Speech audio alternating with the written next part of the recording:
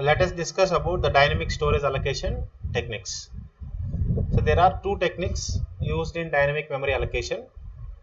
One is explicit allocation, second one is implicit allocation. So explicit allocation is for fixed size blocks. That is, in explicit allocation, the size of the block for which memory is allocated is fixed. It is nothing but fixed size blocks. Explicit allocation is nothing but it is for fixed size blocks. And in this technique, free list is used. Free list is nothing but set of free blocks, and the blocks are linked to each other in a list structure.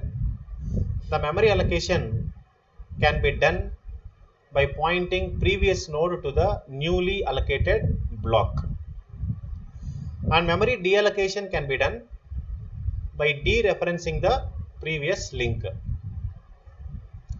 So this memory allocation and deallocation is done by using heap memory. Heap memory is nothing but dynamic memory allocation.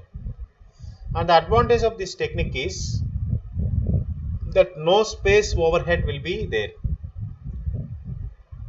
No space overhead will be there. When we use static allocation, space overhead is the problem. And explicit allocation is for two techniques here. The explicit allocation is again of two types. Explicit allocation for fixed size blocks and explicit allocation for variable size blocks. So due to frequent memory allocation and deallocation, the heap memory becomes fragmented. That's why heap may consist of some blocks that are free and some are allocated. What we will do here, so here you can observe that blue color blocks are called allocated blocks, and these are free blocks. In between we are also having free blocks. Now what happens for allocating variable sized blocks? We will use the strategies like first fit, worst fit and best fit. Sometimes all the free blocks are collected together to form a large free block also. So in explicit allocation, what we will do is, based on the size, we will go for implementing some techniques like first fit technique, worst fit, best fit, like that. Some pace, some algorithms will also be used. So this ultimately avoids the problem of fragmentation. Next one is implicit allocation. In implicit allocation, we have the data like block size, reference count, mark, pointed to the block and user data. This is the format of block, and it is performed using user program and runtime packages. Here runtime packages is required to know when the storage block is not in use. So reference count is a special counter here used during implicit memory allocation. Suppose if any block is referred by another block, then its reference count will be incremented by 1.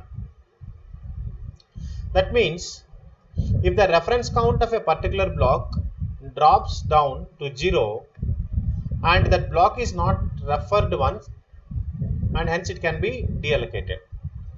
So based on the reference counts, here the pointers will be, here the memory blocks will be allocated and deallocated, and the pointers between the blocks will never appear in the cycle also. This is called implicit allocation by using a reference count method. There is an alternative approach which is called marking techniques, and here also we can determine whether the block is in use or free, whether it is in use or not.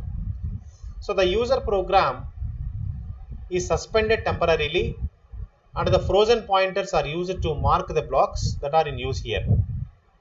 Sometimes bitmaps are also used to the blocks that are in use, and these pointers are then placed in the heap memory.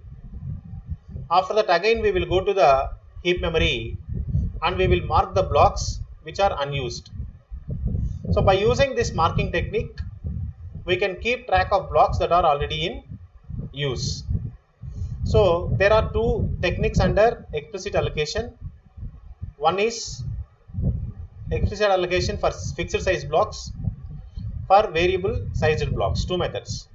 Implicit allocation is also having two methods. One is reference count method, other one is marking technique method.